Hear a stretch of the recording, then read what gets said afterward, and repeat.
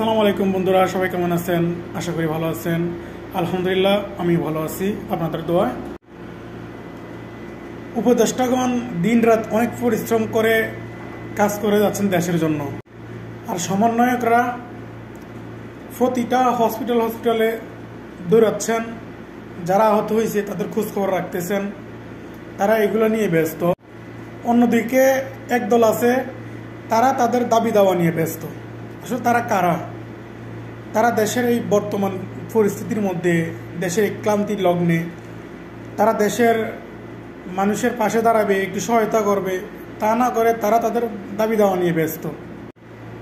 গত 15 বছরে এ দেশের জনগণ, সাধারণ মানুষ যারাই বলেন কোনো কথা বলতে পারেননি। গত 15 বছর সবার মুখ বন্ধ ছিল, ঠিক আছে?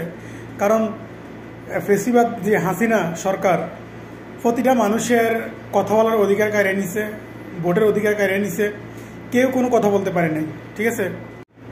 অন্তর্বর্তীকালীন সরকার গঠন হয়েছে কয়দিন হয়েছে? এতে মানে এখনই আপনারা এত অস্থির হয়ে গেছেন।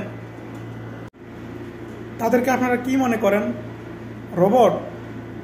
তারা তো রোবট না, তারাও তো মানুষ। তাদেরকে একটু সময় দেন, ধৈর্য ধরেন, ইনশাল্লাহ ভালো কিছু হবে ইনশাল্লাহ।